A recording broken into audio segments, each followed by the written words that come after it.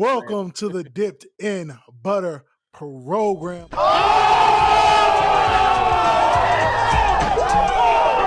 Welcome to the Dipped in Butter podcast program presents new music reviews with Kat and Wes. My name is Kat. Over there, that is Wes. This week we are reviewing the new album by Wale, Folarin II. Is it Folarin or Florin? Nah, I think it's Folarin. I think because he goes by Wale Folarin. I believe that is his name. But Folarin II, Mr. Wale himself. I'm okay with this album. Because I don't want to sound the way that I think I'm gonna sound. I've been thinking about this all Coming off day. away already. I am, and I've thought about this all day, and I've tried not to sound like this. But in regular fashion, I'll keep it true to how we've been doing this review. Out of the 15 tracks on this album, I liked 11 to 12 of them. I left 2 or 3 of them things off of there, just because they were not for me. That does include the number 3 with J. Cole, Poke It Out. So I'm not particularly a fan of the vibrant thing flip there. Okay. Did you hear Poke It Out before the album? I or did. Did you just hear it on album day? Nah, I heard it prior to, and I didn't like it before. And I mean, it's an okay song. It's not a bad song. This is another one. There's a bad song on here. I won't lie. But there's 11 to 12 on this album. 47 minutes. I think it's very, very short. I listened to it twice, and when I got through it the second time, I was like, "Wow, it's over already." It's over again already. And it's over already again. I just don't feel like I got enough out of Wale on this one. This sounds like a collection of songs. It doesn't really sound like he was trying to take us nowhere. Wale didn't allow me to escape from reality nowhere on this album. Like, he kept it so like real life based, which is like, for you, these were just songs. And like I'm sure he expressed some real emotion in there. But again, there was no escape from reality. And one of the notes that I wrote down was like, you can't be that nigga and that depressed at the same time. All right, I like that. I think my marquee note that I took on this album is this might possibly be the first rap album this year that made me feel something. There have been solid albums this year. Me and you are going to have an album of the year talk closer to the end of the year. We had albums this year, obviously, because we started a whole channel to review them. But albums have been okay. And I know me and you, our moniker is kind of like, it's okay to be okay. There's okay. For sure. It's fine if albums are fine. Yeah. But this was the first album that had actual songs that made me feel something. I can't call myself a Wale fan necessarily, but I don't dislike Wale. And when he does good, he does extremely well. I wasn't really on the Ambition wave. I was late to him like I was late on Meek Mill. Mm-hmm. But Gifted is one of my personal favorite albums. I really love Gifted. Gifted is a very good album. Gifted is a very, very good album. And I'm trying not to compare Folarin II to Gifted. But at the same time, I want to compare Folarin II to shit like the album About Nothing or whatever the latest album Seinfeld tape was. And I did not like that. That was, if this is uneventful, that was Sleepy Time. You didn't like the album About Nothing? Whatever the most recent one with Matrimony with Usher was on, that is what I'm talking about. Okay. And that was completely uneventful for me. But this one, I really enjoyed. I'm not going to lie to you. It got my wheels to turning because I felt like how you felt. When the album went off, I was like, damn, it's over already. And I immediately spun it back because there were standout tracks for me that I immediately wanted to hear again to see if I still felt the same way about them as the first time around. So I'll give you my standout tracks. Let's start there. Caramel for sure.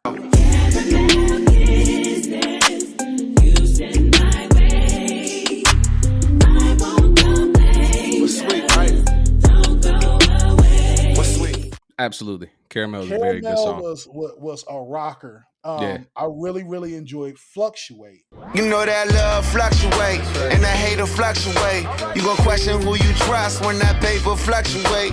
Know they love fluctuate and the haters fluctuate. They question who you trust when they paper fluctuate. Fluctuate was super dope for me.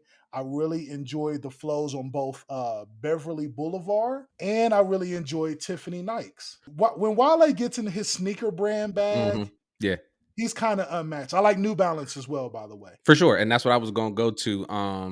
This is another one where the intros and the outro, He didn't do me wrong on the intro and the outro. I definitely like New Balances, and I liked Beverly Boulevard. My face was kind of wincing on the intro on this. Once he got into the groove, I was like, I like this.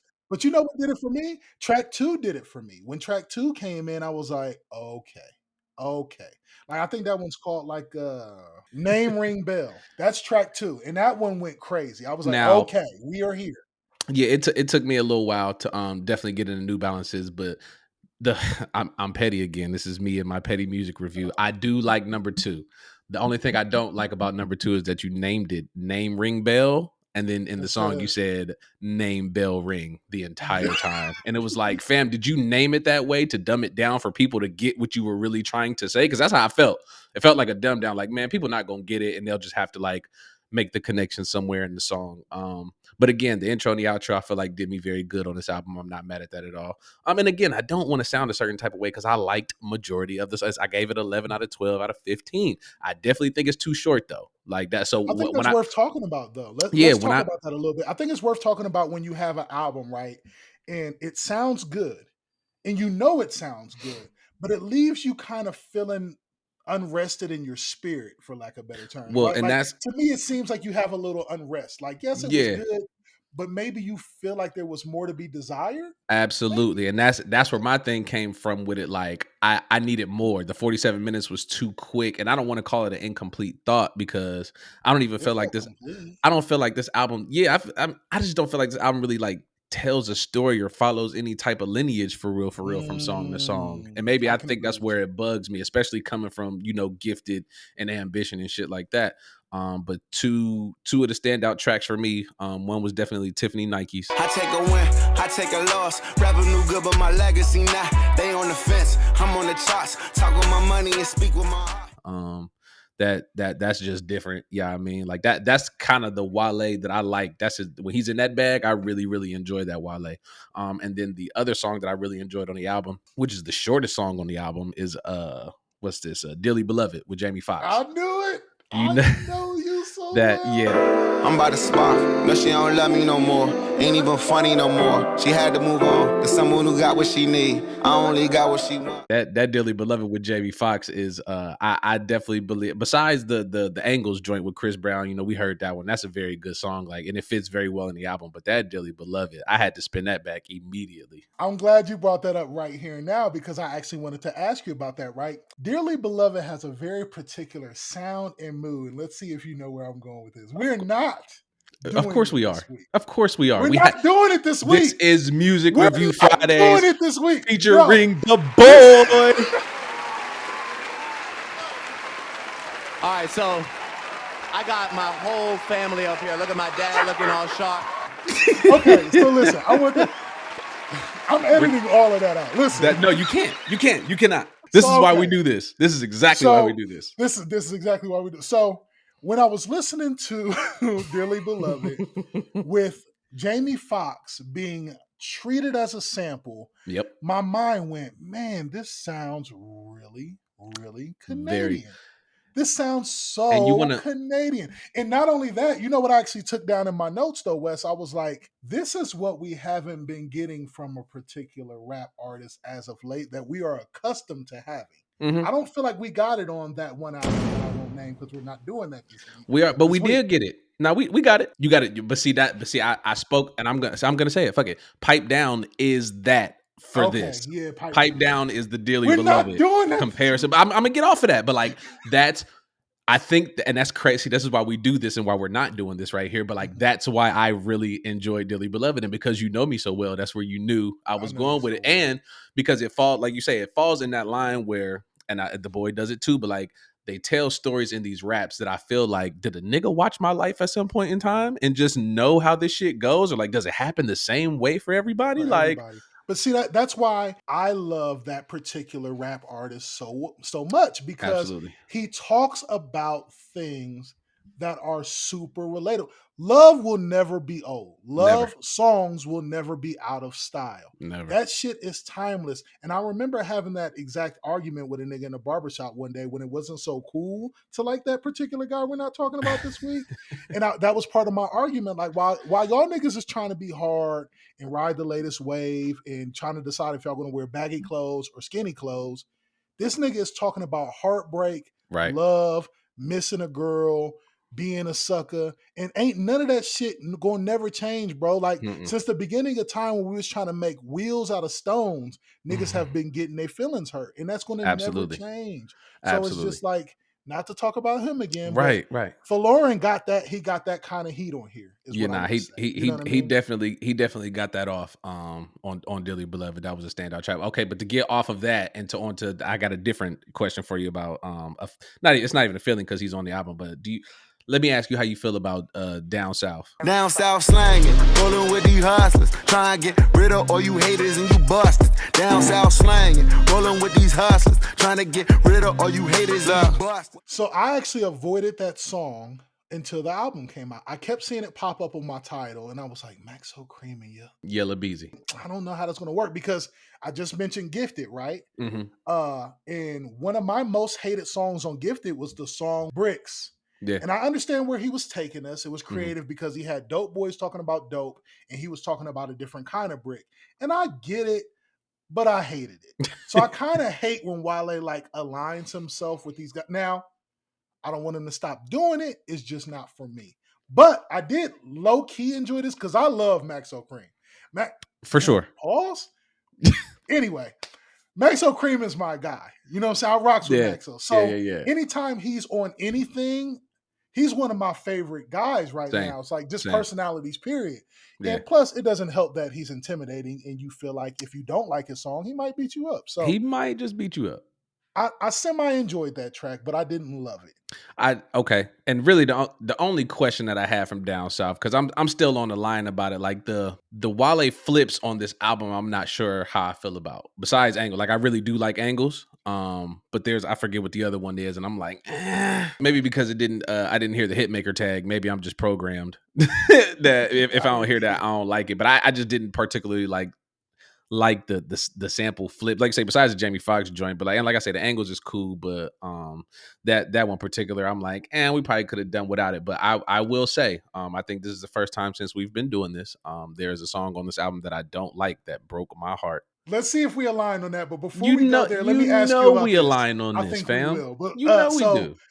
More Love is a sample as well. They flipped Hey Lover on that, and they featured Sean Stockman. I like More Love though. I do like More Love. Yeah, the big ear funny nigga from Boyz II Men. He has been getting a lot of love lately in the culture. He has been. Is that Joe Budden?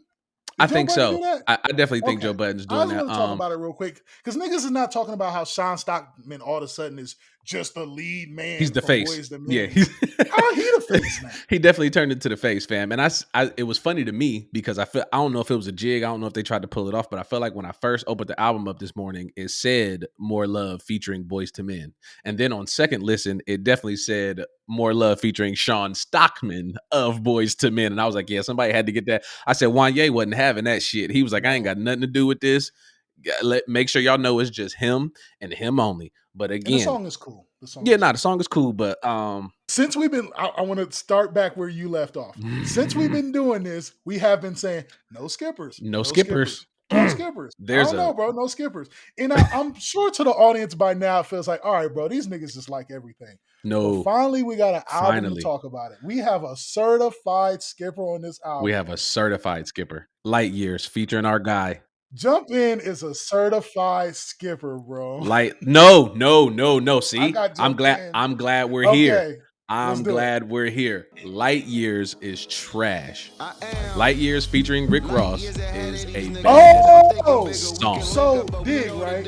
I'm glad we did this because I thought we was on the same one. But you know what? Let's address yours first. Light Years, right? So when I listened to Light Years, I was like, man, Wale's part on this is boring. I really hope Rick Ross picks this up because I'm a Rick Ross guy. You know that. For sure. Ross. Ross in my top 5. Absolutely. And so when Ross's part came across, I was like, it was cool, but it didn't uplift me. Like it didn't. No. It didn't devil in a new dress me. Absolutely. So it left something to be desired. But Jump In for me was a skipper. Now like, let me pause you for Jump In because when Jump In for probably the first 30-45 seconds, I was with you, fam. I was like, this, I could instantly tell that this was Wale's attempt at the house music for this album. And then it grew on me, fam, somewhere in the middle of the song. Pause if necessary. but like somewhere in the it's a vibe, fam. I want you to go back and give it another shot or two. Like really Okay, get I into will. your shimmy shouldered vibe. Like get into your I Let want me to tell you dance. why I have it as a skipper then, and maybe you can tell me if it's even worth giving it another chance. To me, the beat just does not work. And again, maybe that's because I'm not on that scene. Maybe I'm not of that I think culture, that's but it just does not work. And I tried to understand it in my mind as I was listening to it and try to understand this is a different scene. But like, even when it switched, I was like, man, I think it works even worse now. Like, I was very upset. that's the one credit I do give Wale because I'm not into that whole house music scene. But when Wale does it on his albums, I think he executes it very nicely. Like Pretty Girls with Gucci. Come on now, fam. That's a hit, and that's a house music song for real, for real. You know what I'm saying? But like that, I I'm love with the you in the clappers in the front with Nicki Minaj on Get Fit. yeah. Like when he does the house music thing and tries to cross it over into the hip hop, I think he executes it very well. But then you said something about the beat not being it for you, not hitting for you, and this is the first time I want to introduce this category in the music review as well. I'm giving a Wale a C- for beat On selection on beat this selection. entire album. Oh man. I'm giving him a Okay. C-, Okay. Let's do fam. beat. Let's do beat. You're gonna Yeah. have to remember that because Oh, I if am. we don't do this I am. next week, then it'll be No, your fault because I'm I not gonna wrote it. remember. No, I wrote that down on Okay. purpose, I and I like wish I could grading the go beat back to the selection. old ones and give I like like the that. proper Grading the due. beat But beat selection. selection, he gets a C- from me. C minus. Okay. C-. If I'm to grade Wale's beat selection on this, I feel actually good about it. I'm gonna give him a C plus.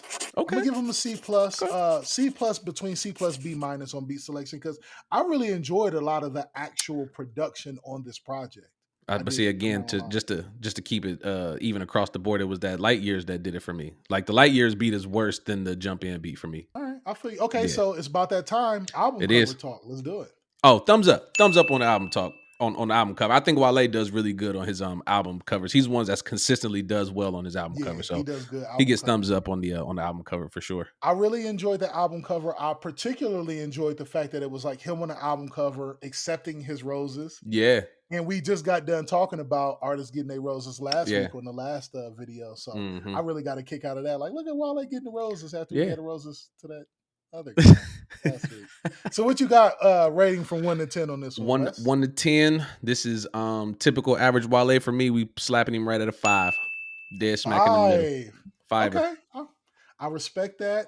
I love you. I love Yeah, that. And I love your absolutely. opinion. I got it at a 7, bro. Okay. I have this at a solid 7. I know you hate it when I do this, but I like to do this to keep myself accountable. But a Okay. 7 for me puts that above Donda, above Certified Lover Boy, slightly above the Don Toliver. I have this in the running for album of the year.